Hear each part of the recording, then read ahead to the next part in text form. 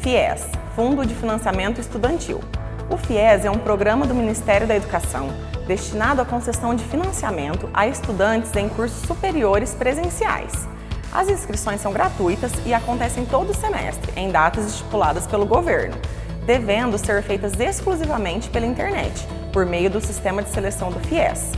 Para se inscrever no processo seletivo do FIES, é necessário que o estudante tenha realizado o Enem a partir de 2010 e obtido uma pontuação mínima de 450 pontos na média das provas e não tenha zerado na redação. O aluno deverá possuir e comprovar renda familiar bruta mensal de até 3 salários mínimos por pessoa. A partir de 2018, o FIES possibilita juros zero a quem mais precisa e uma escala de financiamento que varia conforme a renda familiar do candidato. O FIES não disponibiliza o financiamento de 100% do curso, sendo uma porcentagem diferente para cada aluno, tendo como requisito a renda familiar, com um mínimo de financiamento de 50%. O FIES atende cursos de graduação e segunda graduação, desde que o aluno não tenha sido beneficiado anteriormente ou já tenha quitado o financiamento, e também de acordo com vagas na instituição desejada. O Claretiano participa do programa de financiamento semestralmente, concedendo vagas para alunos em seus cursos na modalidade presencial. Para mais informações, acesse o link abaixo. Até mais!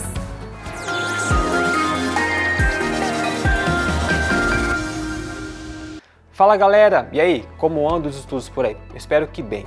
Vamos com mais uma aula do Play no Enem e hoje o tema é interpretação de gráficos e tabelas com a professora Tássia. Bora lá?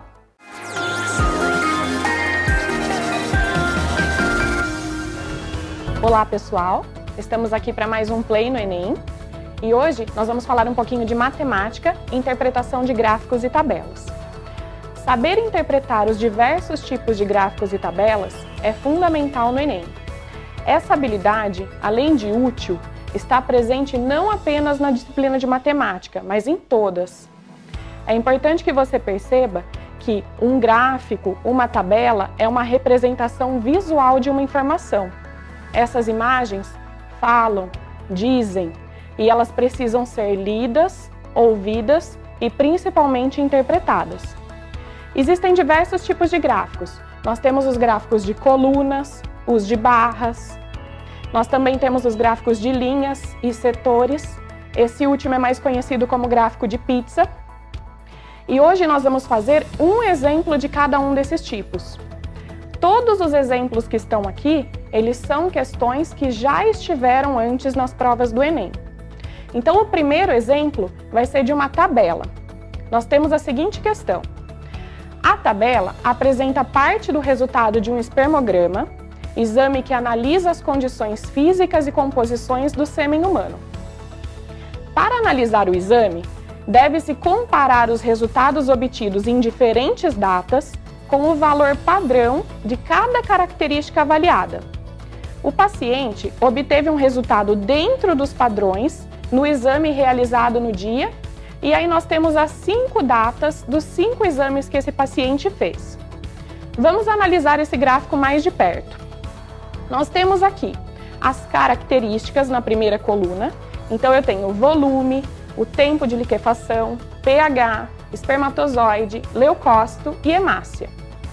Na nossa segunda coluna, nós temos ali o padrão em que essa característica devia ser enquadrada. Então, por exemplo, o volume ele tem que estar entre 2 e 5. O leucócito ele tem que ser até 1000. E os resultados das 5 datas nas 5 colunas seguintes. Vamos analisar linha por linha, ou até mesmo coluna por coluna, tá? Volume, de 2 a 5. Eu tenho no dia 30 do 11, 2,5. Depois, no dia 23 de março, 2,5. Depois, 2, 4 e 2. Todos esses estão dentro do padrão esperado, que era entre 2 e 5. Então, eu não tenho problemas na primeira linha. Quando eu analiso o tempo de liquefação, que tem que ir até 60 no máximo, eu tenho 35, 50, eu tenho ali um 60, que foi o limite, 59, mas o último é 70, passou do esperado. Então, eu já posso circular essa imagem no 70, porque eu sei que ali eu tive um problema. Quando eu vou para o pH, ele tem que ser de 7,2 a 7,8.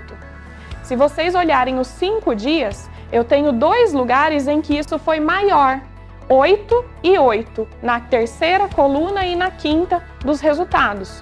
Então eu também posso circular essas informações, porque eu também sei que ali fugiu do meu padrão. Depois eu tenho o espermatozoide, que tem que ser acima de 20 milhões. Isso fugiu do esperado no dia 30 do 11, onde deu só 9 milhões e 400 mil, e também fugiu do esperado no dia 6 do 3, que eram 10 milhões e 200 mil. Eu não tenho acima de 20 mil, então isso saiu do meu padrão. Analisando os leucócitos, eles têm que ser até 1000. Eu tenho acima de 1000 no dia 30 do 11 e também tenho acima de 1000 no dia 6 do 3, onde aparece 2.800 e 1.400. Então eu tenho 2 problemas ali, posso circular também essas informações. Quando eu vou para as hemácias, também tem que ser até 1000. E eu só tenho um lugar onde fugiu do padrão, que foi no dia 23 do 3. Então, circulando todas as informações que fugiram do nosso padrão, a gente consegue perceber que o único dia onde todas as características estavam dentro do esperado foi no dia 23 do 8, que lá na nossa questão era a alternativa D. Finalizamos assim o exemplo de tabela. Agora nós vamos para o nosso primeiro gráfico, que é o gráfico de colunas. Também é uma questão do Enem. Uma empresa registrou seu desempenho em determinado ano por meio do gráfico, com notas mensais do valor de vendas e despesas. O lucro mensal é obtido pela subtração entre o total de vendas e despesas nesta ordem. Então é sempre as vendas menos as despesas. Quais os 3 meses do ano em que foram registrados os maiores lucros? E ele dá pra gente 5 alternativas, cada uma com 3 meses. Então vamos lá. Olhando para esse gráfico, eu sei que, pela legenda, as vendas são o cinza mais escuro e as despesas estão representadas pelo cinza mais claro. Todas as vezes em que as despesas estiverem mais altas que as vendas, eu estou tendo prejuízo. Então, todas as vezes em que a minha coluna cinza clara estiver maior que a minha coluna cinza escura, eu tenho prejuízo e não lucro. Se a gente analisar, nós temos a cinza mais clara maior que a cinza mais escura em janeiro, fevereiro, abril, junho e agosto. Em maio, acontece ali um empate. As despesas e as vendas estão exatamente equilibradas. Significa que naquele mês não houve nem lucro e nem prejuízo. Agora vamos para o que interessa para a gente. Nós queremos os lucros. Tem que ser o cinza escuro superando o cinza claro. E isso está acontecendo em março, julho, setembro, outubro, novembro e dezembro. Eu não quero o cinza escuro mais alto. Eu quero aquele cuja diferença para o cinza claro seja maior. Então, se a gente analisar até o tamanho das setas verdes, eu percebo que o meu maior lucro foi em setembro, depois em dezembro e depois em julho. E a alternativa com essas opções estava na letra A. Agora nós vamos para um terceiro exemplo sobre um gráfico de barras. O gráfico expõe alguns números da gripe AH1N1. Entre as categorias que estão em processo de imunização, uma já está completamente imunizada, a dos trabalhadores da saúde. De acordo com o gráfico, entre as demais categorias, a que está mais exposta ao vírus da gripe AH1N1 é a de categoria, e daí eu tenho 5 categorias para avaliar qual é a mais exposta ao vírus. Vamos analisar o gráfico. Ele me disse que os trabalhadores da saúde são os que estão completamente imunizados. Se vocês observarem, os trabalhadores da saúde são aqueles cuja única barra chega no 100%. Então significa que quanto mais próximo do 100% a minha barra estiver, mais imunizada aquela categoria está. Se eu pensar por esse lado, quanto mais distante do 100% a minha barra estiver, menos imunizada aquela categoria está. E a categoria que está mais distante do 100% é a dos adultos entre 20 e 29 anos. E isso estava na alternativa D. Vamos para mais um gráfico. Agora vai ser um gráfico de linhas. A figura a seguir apresenta dois gráficos com informações sobre as reclamações diárias recebidas e resolvidas pelo setor de atendimento ao cliente, SAC, de uma empresa, em uma dada semana.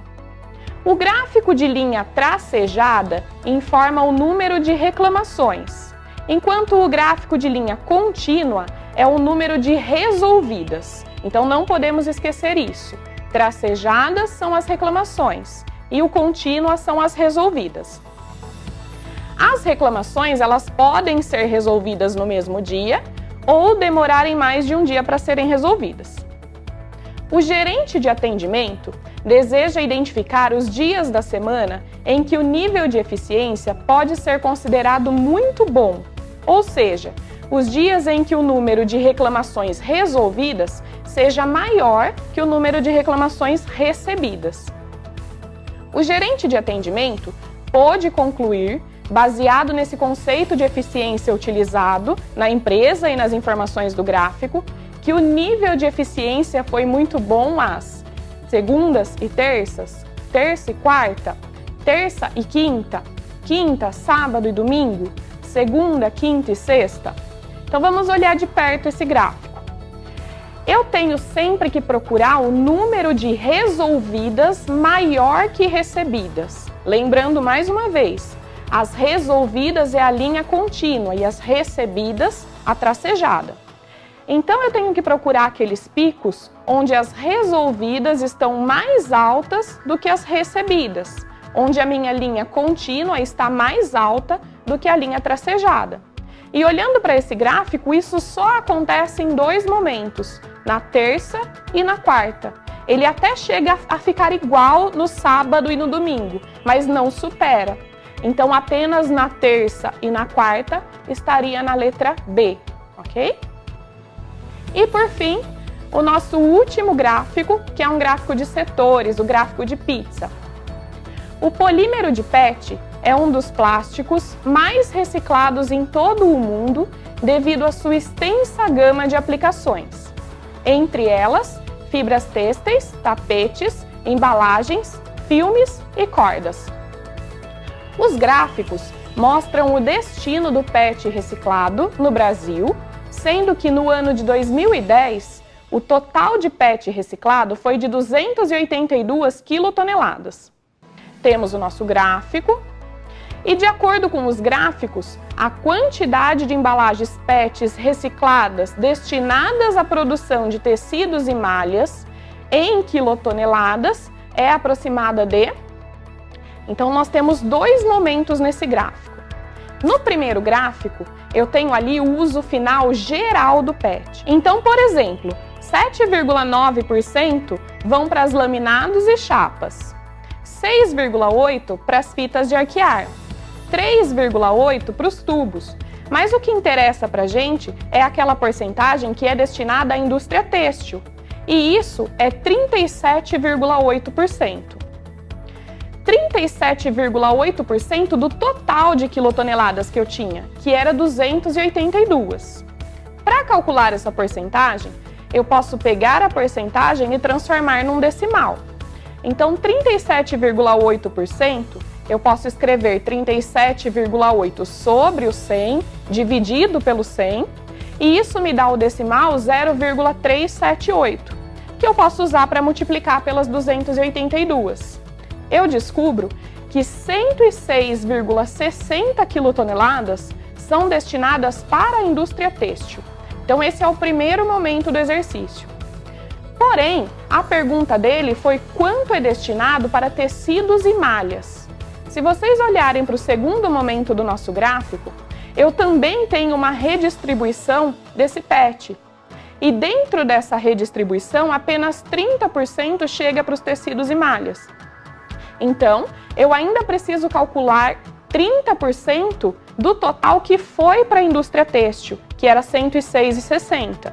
Vou calcular a porcentagem da mesma forma que nós calculamos a primeira.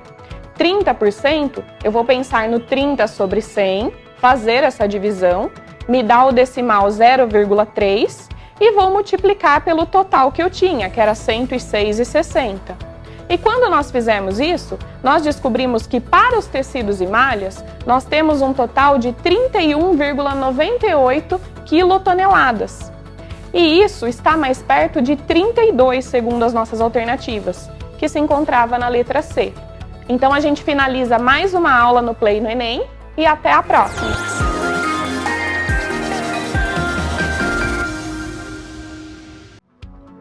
O Enem está aí, o Exame Nacional do Ensino Médio.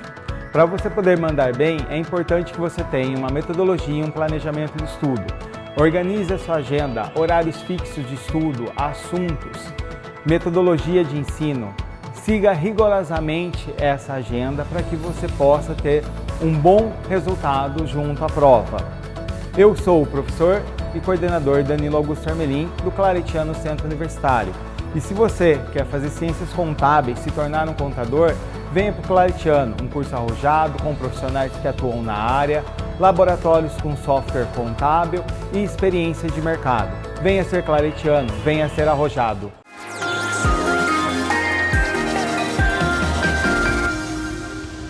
Pessoal, uma dica importante para você na véspera da prova. É importante relaxar com a família, amigos ou até mesmo sozinho e nada de estudar.